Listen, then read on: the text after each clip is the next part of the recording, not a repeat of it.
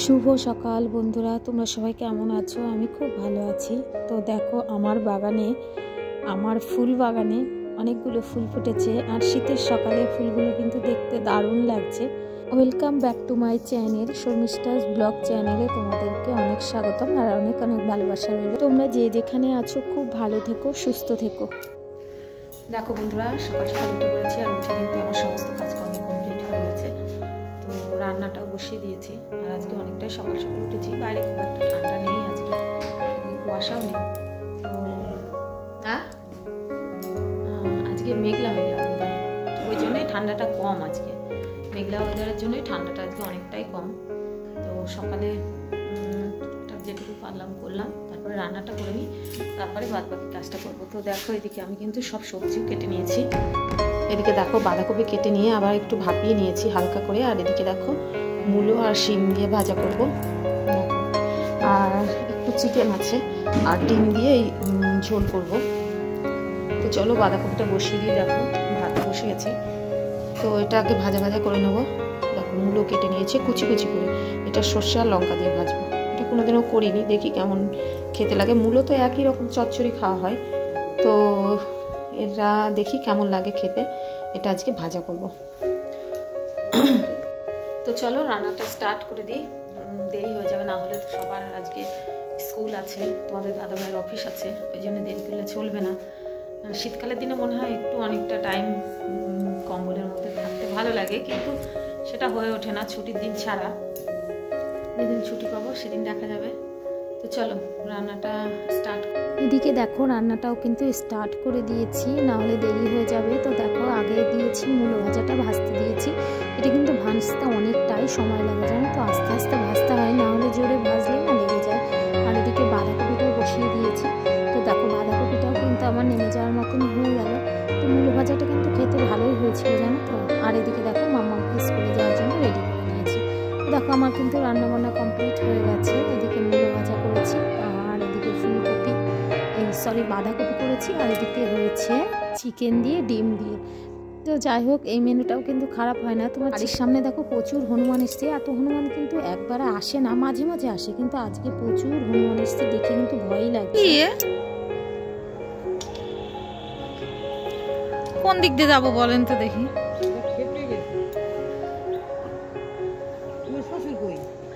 বাবা গেল না ওই জায়গায়, উনি থাকলে তো হ্যাঁ হুই করে তাড়িয়ে দিতে এত সময়। হ্যাঁ, তো আমি কিন্তু মামামকে আনতে যাবো, যেতে পারছি না ভয়ে। আমি ওদেরকে তাড়া করতে গেলাম, ওরাই আমার দিকে তেড়ে আসছে ভয়ে। তো আমি যেতেই পারছি না। তো একটা দাদাভাই এসে আবার লাঠি দিয়ে ওদেরকে তাড়িয়ে দিল। তারপরে আমি আস্তে আস্তে সেই দাদাভাইয়ের সঙ্গে স্কুলে চলে গেলাম মাম্মামের।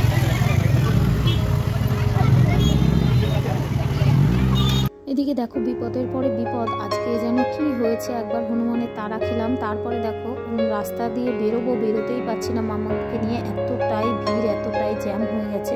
প্রায় আধ ঘন্টা 40 মিনিট দাঁড়িয়ে থেকে তারপরে আমাদের টোটো কাকা টোটো নিয়ে বেরোলো। কিছুতেই বেরোনো যাচ্ছে না, এতটাই জ্যাম হয়েছে। একদিক থেকে যাচ্ছে তো আর একদিক থেকে চলে আসছে। তো দেখো, বাচ্চারা কিন্তু এখনো খায়নি, স্নান করিনি। তারপর দেখো বাড়ি চলে আসলাম। দূর থেকে দেখা দেখা দেখা পড়ে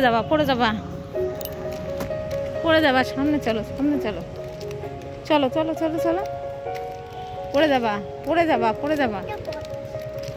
ব্যাস এগো ওইদিকে তাকাও ওইদিকে চলো ওইদিকে চলো ওরকম সাইড করো ওই দেখ চলে গেল সোমনাথ কাকার ছেলে। তখন বাড়িতে গিয়ে মামাকে স্নান করাবো, দেখেছিস? আমি আর মামা আজকে একটা ছাদে গিয়ে গল্প করবো, কারণ আজকে একটা জিনিস নিয়েছি, ওইটা আমি আর মামা বসে খাবো। দেখো, স্কুল থেকে নিয়ে এসেছি পেয়ারা মাখা। তো লবণটা একটু কম হয়েছে, তো একটু লবণ দিয়ে নিলাম। পেয়ারা মাখা কিন্তু ভালোই টেস্টি করেছে। খাচ্ছি, দেখো খেতে গেলে মাম্মাম এত জ্বালাতন করে। আর আমরা না রোদ্রে এসে একটু ছাদে বসেছি, দারুণ লাগছে। নিচে রোদটাও চলে গেছে, তো ছাদে এসে বসে পেয়ারা মাখা দুপুরবেলায় রোদ পোয়াতে পোয়াতে কেমন লাগে বলো তো? দারুণ দারুণ। ঝাল ঝাল পেয়ারা মাখা আর হালকা রোদ লেগেছে পিঠে, দারুণ। এর সাথে ভাগ হবে না। ঝালটা ভালো লাগে। দেখো হালকা রোদ আছে কিন্তু ছাদে এখনো, নিচে কিন্তু রোদ চলে গেছে। আর সঙ্গে পেয়ারা মাখা জাস্ট জমে গেল। তুমি তো ঝালটা খাচ্ছ, আমি মিষ্টিটা খাচ্ছি। কেন মাখা? আর এদিকে রোদ্রে তাকানোই যাচ্ছে না। আর মাম্মাম দেখেছ কত খেলনা নিয়ে এসছে। পেয়ারা মাখা খুব একটা খাওয়া হয় না, তো আজকে মনে হলো চলো একটু কিনেই নিই। ওখানে খাইনি, বাড়িতে এসে ভাতটা খাওয়া দাওয়া হয়ে গেছে, মাম্মামকে খাইয়ে দিলাম, তারপরে আমি খেয়ে নিলাম। খেয়ে নিয়ে তারপরে তুমি খাও না? লবণ বেশি, লবণ একটু কম দিয়েছিল, আমি এবার এনে একটু ছিটিয়ে দিলাম।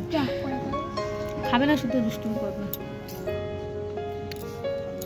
পেয়ারাটা আমি ভালোই বাসি।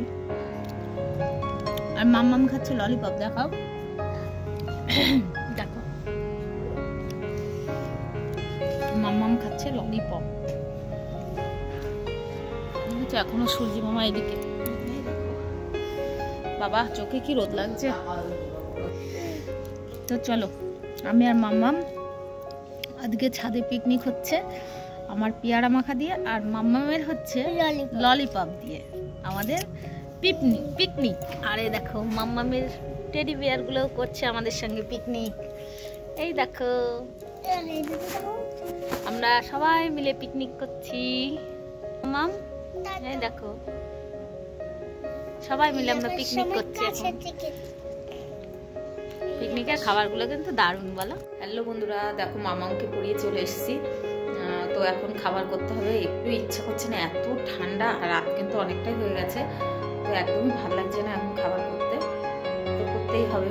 রাত্রে সবজি আছে কিন্তু তোমাদের দাদাভাই খাবে না ওই সবজি দিয়ে, তো একটু সবজিও করতে হবে। তো চলো সবজিটাকে বসিয়ে নিই, তারপর রুটিটা করে দেবো। আর এই ঠান্ডার মধ্যে না মনেই হচ্ছে না সবজি করি, কিন্তু তোমাদের দাদাভাই খাবে না, করতেই হবে। আর বাইরে কিন্তু আজকে প্রচণ্ড ঠান্ডা পড়েছে, এত ঠান্ডা। তো হাতটা দেখো জল দিয়ে সবজি কেটে নিয়ে ধুয়ে নিলাম। তো কি করা যাবে বলো, কিছুই করার নেই, করতেই হবে, ইচ্ছা যতই না করুক। এই দেখো সবজিও কেটে নিয়েছি, আলু আর ফুলকপি এই ভেজে করবো না, একটু কাঁচা কাঁচা সবজি করবো। আর এদিকে দেখো লঙ্কা পেঁয়াজও কেটে নিয়েছি। তো সবজিটা চলো ঝটপট করে বসিয়ে একদিকে বসিয়ে দেবো আর একদিকে রুটি করে নেবো। আমার আটাটাও মাখা কমপ্লিট হয়ে গেছে, তো ঝটপট করে নিই, করে নিয়ে খেয়ে দিয়ে শুয়ে পড়বো। কারণ কি বলো তো, অনেকটা সকাল সকাল উঠতে হয় তো আমাদের, ওই জন্য যদি একটু, আর শীতের রাতে দেখবে তাড়াতাড়ি কিন্তু সবাই শুয়ে পড়ে, আর যত বাইরে থাকবে তত ঠান্ডা। তো যাই হোক চলো, ইচ্ছা না করলেও করতে হবে, তো করে নিই, কিছুই করার নেই। তো চলো পরে আসছি।